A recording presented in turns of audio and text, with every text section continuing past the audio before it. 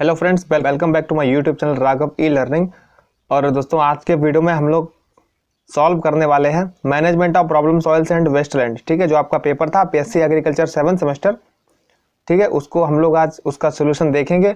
और अगर आप चैनल पर नए हैं तो इस वीडियो को लाइक कीजिएगा और कमेंट करके आप हमको ज़रूर बताएगा कि आपका स्कोर इस वाले पेपर में कितना रहा। ठीक है, क्योंकि दोस्तों हमने ऐसा सुना है कि ये पेपर थोड़ा सा कठिन आया था और थोड़ा सा आउट ऑफ सिलेबस चला गया था। तो चलिए दोस्तों, शुरू करते हैं और देखते हैं कौन भाई कितना स्कोर मारते हैं। ठीक है, आप लोग कमेंट में बताइएगा कि आपका कितना स्कोर।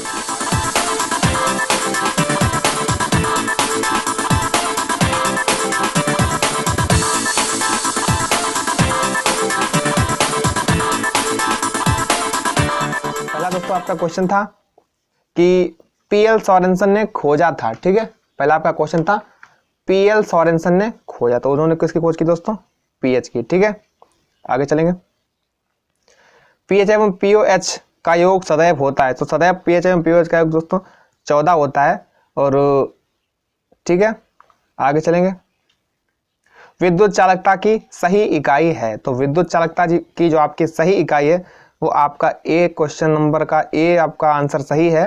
ठीक है, डी कैपिटल में एस और एम इनवर्स। ठीक है, आगे चलेंगे दोस्तों। भारत में वायु क्षरण से प्रभावित कुल क्षेत्रफल है, तो दोस्तों भारत में वायु क्षरण से प्रभावित जो कुल आपका क्षेत्रफल है वो आपका है 13.5 मिलियन हेक्टेयर। ठीक है, कितना है? 13.5 मिलियन हेक्टेयर। और आगे चलेंगे फ्रेंड्स। भारत में लवण एवं क्षारीय मृदा का क्षेत्रफल है, तो दोस्तों भारत में लवण एवं क्षारीय मृदा का जो क्षेत्रफल है वो आपका है 6.74 मिलियन हेक्टेयर। ठीक है, आगे। मृदा पीएच 4 से कम वाली मृदाएं कहलाती हैं, तो 4 पीएच जो होता है उससे कम मृदाएं आपकी कहलाती हैं अम्लीय सल्फेट मृदाएं। ठीक है, अम्लीय सल्फेट मृदाएं। नेक्स्ट क्वेश्चन आपका है लवणीय एवं क्षारीय मृदाएं मुख्यतः पाई जाती हैं शुष्क या अर्धशुष्क जलवायु में, नम जलवायु में, समशीतोष्ण जलवायु में या उपयुक्त में से कोई नहीं। तो इसका आपका राइट आंसर था शुष्क एवं अर्धशुष्क जलवायु में। ठीक है, आगे चलेंगे दोस्तों। विनिमय सोडियम प्रतिशत ESP की गणना की जाती है, कौन सा फार्मूला है? तो इसका दोस्तों आपका राइट आंसर है exchangeable Na positive upon CEC into 100। ठीक है, आगे चलेंगे दोस्तों। लवणीय मृदाएं जानी जाती हैं, तो इसका आपका राइट आंसर था सफेद क्षारीय। ठीक है, लवणीय मृदाएं जानी जाती हैं सफेद क्षारीय। ठीक है, आगे चलेंगे फ्रेंड्स। वह मृदा, ठीक है, वह मृदा जिसका पीएच 8.5 से 10, ठीक है, विनिमय सोडियम प्रतिशत 10 से 15 तथा विद्युत चालकता 4 DSM इनवर्स से कम होती है कहलाती है, तो वो मृदाएं आपकी कहलाती हैं क्षारीय मृदाएं। ठीक है, आगे चलेंगे फ्रेंड्स। मृदा का निम्नीकरण के लिए उत्तरदायी है, तो मृदा के निम्नीकरण के उत्तरदायी आपके हैं मृदा अपरदन भी है, लवणीयता, क्षारीयता भी है और अम्लीयता भी है, तो इसका आपका राइट आंसर है उपयुक्त सभी। ठीक है, आगे। मृदा का बाहर एक स्थान से दूसरे स्थान से जब कट के चला जाता है तो उसको हम लोग क्या कहते हैं दोस्तों? मृदा अपरदन। ठीक है, मृदा अपरदन।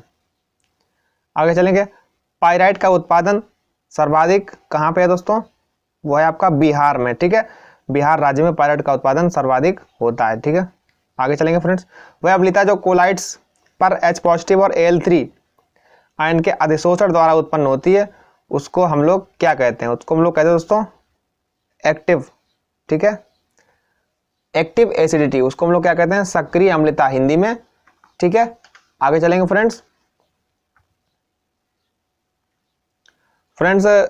आपके इस सोल्यूशन के साथ साथ आपके जितने भी पेपर अभी हो चुके हैं सारे पेपर्स के सोल्यूशन आपके इस YouTube चैनल पे अपलोड हो चुके हैं। ठीक है, अगर आपने नहीं देखे तो आप चैनल पे विजिट करके देख सकते हैं। ठीक है, और अगला जो आपका पेपर है कंप्यूटर एप्लीकेशन का, उसके हमने क्वेश्चन जो है उनका वीडियो बना के पोस्ट कर चुके हैं हम लोग। ठीक है, बहुत पहले, तो अगर आपने नहीं देखा है तो उन वीडियोज़ को देख लीजिए और अपने पेपर की अच्छी से तैयारी करिए। ठीक है, जिस मृदा का पीएच 7 से 8.5 के बीच में होता है उसे कहते हैं, तो 7 से 8.5 के बीच में जिस मृदा का पीएच होता है उसे दोस्तों हम लोग कहते हैं लवणीय मृदा। ठीक है, क्या कहते हैं? Saline soil. ठीक है, आगे चलेंगे। चूना CaCO3 का प्रयोग का प्रयोग दोस्तों, चूना का प्रयोग हम लोग अम्लीय मृदा को सुधारने में करते हैं और जिप्सम का प्रयोग क्षारीय मृदा के लिए। ठीक है, जिप्सम का प्रयोग क्षारीय मृदा सुधारने के लिए और चूना का प्रयोग अम्लीय मृदा को सुधारने के लिए। ठीक है, आगे चलेंगे फ्रेंड्स।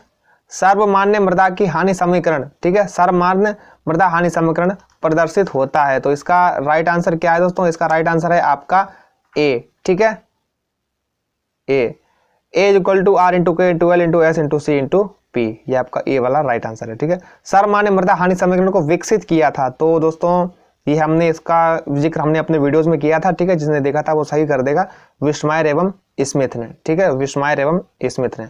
आगे चलेंगे फ्रेंड्स। निम्नलिखित में से कौन वायु अपर्दन का प्रकार है? तो वायु अपर्दन का प्रकार जो प्रकार नहीं है, ठीक है, वो आपका है निक्षेपण। क्या है? निक्षेपण, इल्यूविएशन। निम्नलिखित में से किसमें वायु अपर्दन अधिक होता है? तो निम्नलिखित में से किसमें वायु अपर्दन अधिक होता है? इसका आपका राइट आंसर है दोस्तों उत्परिवर्तन या उच्छलन। ठीक है, आगे चलेंगे तो फ्रेंड्स। पृष्ठ सर्पण, ठीक है, पृष्ठ सर्पण प्रक्रिया में कण का आकार होता है, तो इसका आपका राइट आंसर है 0.5 मिलीमीटर से बड़ा। ठीक है, पृष्ठ सर्पण क्रिया में जो कण का आकार होता है वो 0.5 मिलीमीटर से बड़ा होता है। निम्नलिखित में से कौन जल अपर्दन का एक प्रकार है? तो जल अपर्दन का एक प्रकार दोस्तों कौन सा है? परत अपर्दन। ठीक है, इसका राइट आंसर आपका क्या है? परत अपर्दन। जल अपर्दन का एक प्रकार क्या है फ्रेंड्स? परत अपर्दन। ठीक है, आगे चलेंगे। अपशिष्ट सोडियम कार्बोनेट RSC की गणना की जाती है, तो इसमें दोस्तों कोई भी आंसर ठीक नहीं लग रहा है, इसलिए हम उसको छोड़ दिया है। ठीक है, आगे चलेंगे। लवणीय क्षारीय मृदा की विशेषता होती है, तो लवणीय क्षारीय मृदा की विशेषता क्या होती है? सी ऑप्शन आपका इसमें राइट है। ठीक है, ESP 15 से ज्यादा होनी चाहिए, pH 8.5 और से बड़ा होना चाहिए। ठीक है, और EC जो है वो आपकी 4 DSM इनवर्स होनी चाहिए। ठीक है, जिप्सम की आवश्यकता संबंधित है, तो वो जिप्सम दोस्तों क्षारीय मृदाओं को सुधारने के लिए किया जाता है, तो नॉर्मली ये रिलेटेड होगा एल्केलाइन सॉइल से। ठीक है, यानी क्षारीय मृदाओं से। अपशिष्ट सोडियम कार्बोनेट के आधार पर किस गुणवत्ता का सिंचाई जल पौधों के लिए सुरक्षित है? तो वो दोस्तों आपका है 1.25 से लेस देन। ठीक है, लेस देन 1.25। मृदा उपयोगिता वर्गीकरण के अनुसार कृषि के लिए उपयोगी वर्ग नहीं है, तो उसका आपका राइट आंसर है 1 से 4। ठीक है, निम्नलिखित में से कौन सा जल अपर्दन का प्रकार नहीं है? तो जल अपर्दन का प्रकार निम्नलिखित में से कौन सा नहीं है? तो इसका आपका राइट आंसर दोस्तों हो जाएगा पृष्ठ सर्पण प्रदर्शन। ठीक है, अपर्दन, पृष्ठ सर्पण अपर्दन। ढलान वाली भूमि से मृदा के एक समान परत का क्षरण होना कहलाता है परत अपर्दन। ठीक है, क्या कहलाएगा दोस्तों? परत अपर्दन। ठीक है, आगे चलेंगे फ्रेंड्स।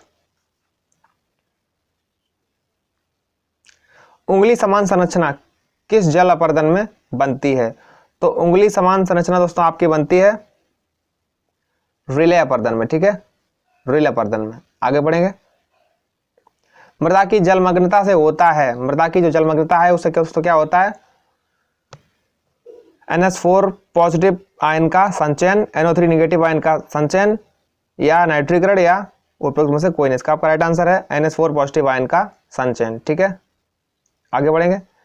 निम्नलिखित में से जलाकांत मृदाओं को सुधारने का उपाय है, तो इसका आपका राइट आंसर होगा उचित जल निकास। ठीक है, वीडियो जिसने देखा था उसका आंसर सही है। ठीक है, उचित जल निकास। आगे चलेंगे फ्रेंड्स।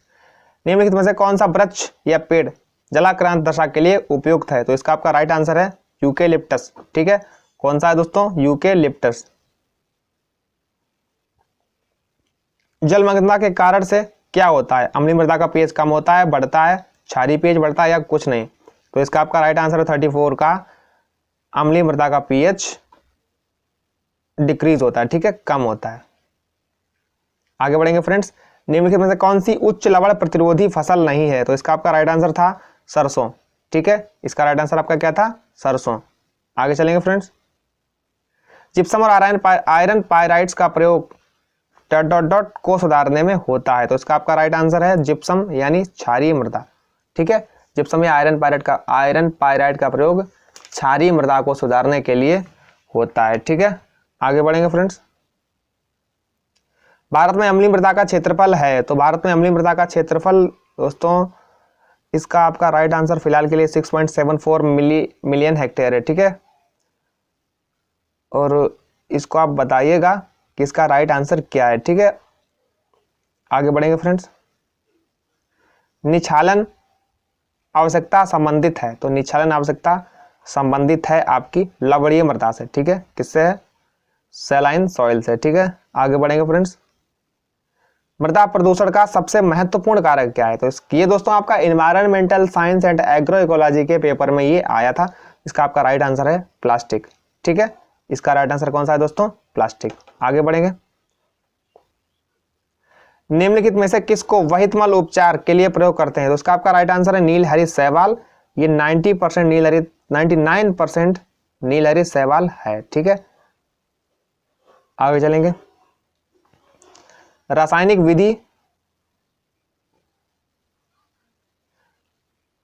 विधि का प्रयोग को सुधारने में किया जाता है, तो रासायनिक विधि का प्रयोग फ्रेंड्स क्षारीय मृदा को सुधारने में किया जाता है, ठीक है। आगे बढ़ेंगे। मृदा विज्ञान संस्थान स्थित है, तो मृदा विज्ञान संस्थान आपका है दोस्तों भोपाल में, ठीक है। भारतीय मृदा विज्ञान संस्थान आपका कहाँ है? भोपाल में।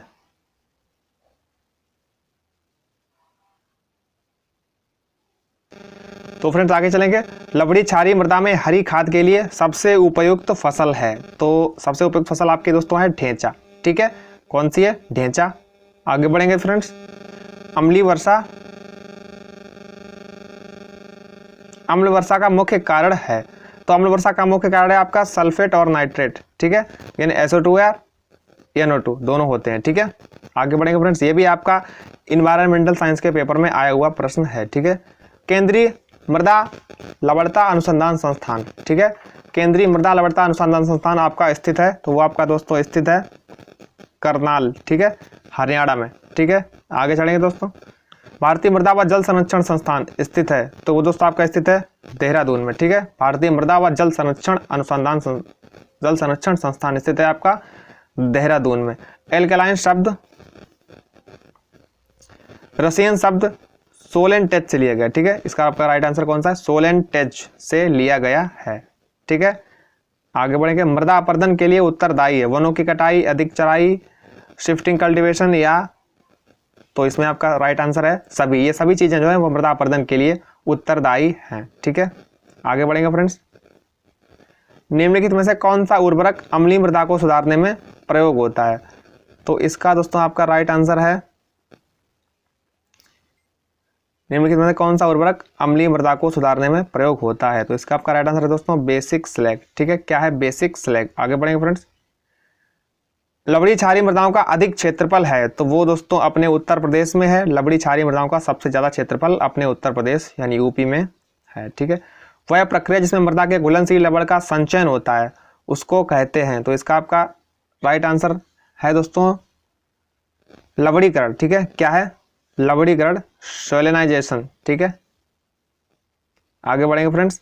निम्नलिखित में से कौन अम्लीय मृदा को सुधारने में प्रयोग नहीं होता है? जब नहीं उसने कह दिया तो उसका राइट आंसर हो जाएगा दोस्तों CaSO4, क्योंकि इसमें SO4 है और जो अम्लीयता जिसके कारण मृदा अम्लीय हो जाती है, तो ये सुधारने में काम नहीं आ सकता, बाकी ये सारे आ सकते हैं, ठीक है। आगे बढ़ेंगे फ्रेंड्स। शेल्टर बेल्ट का प्रयोग किसको रोकने के लिए करते हैं? तो शेल्टर बेल्ट का प्रयोग दोस्तों हम लोग इसमें से अवनालिका अपर्दन, जल अपर्दन, लवणीकरण या वायु अपर्दन, इसका आपका राइट आंसर है वायु अपर्दन, ठीक है। कौन सा दोस्तों है? वायु अपर्दन, ठीक है। विश्व मृदा दिवस मनाया जाता है, तो विश्व मृदा दिवस आपका मनाया जाता है 5 दिसंबर को, ठीक है। 5 दिसंबर विश्व मृदा दिवस। उच्च अम्लीय प्रतिरोधी फसल है, तो इसकी आपकी राइट आंसर है कपास, गाजर, सरसों या चाय। इसका राइट आंसर आपका दोस्तों है चाय, ठीक है। ये उच्च प्रतिरोधी अम्लीय प्रतिरोधी फसल है। अम्लीय मृदा का मुख्य क्ले खनिज है, तो इसका आपका राइट आंसर है दोस्तों केओलिनाइट, ठीक है। अम्लीय मृदा का मुख्य खनिज क्या है? केओलिनाइट।